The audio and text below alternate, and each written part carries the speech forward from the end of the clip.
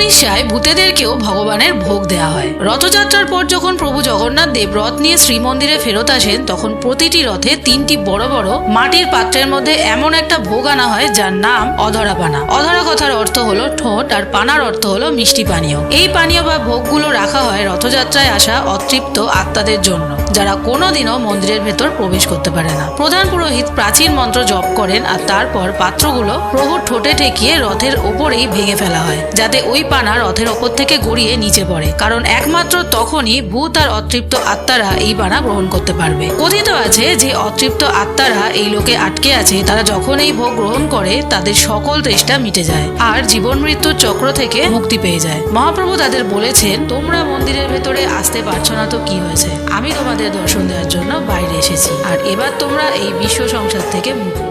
বলো আর কোথায় পাবে এমন ভগবান যিনি সবাইকে আপন করে নেন, সে শুদ্ধ হোক বা অশুদ্ধ, জীবিত হোক বা মৃত। এমনটাই হলো আমাদের প্রভু জগন্নাথ দেবের ভালোবাসার গভীরতা।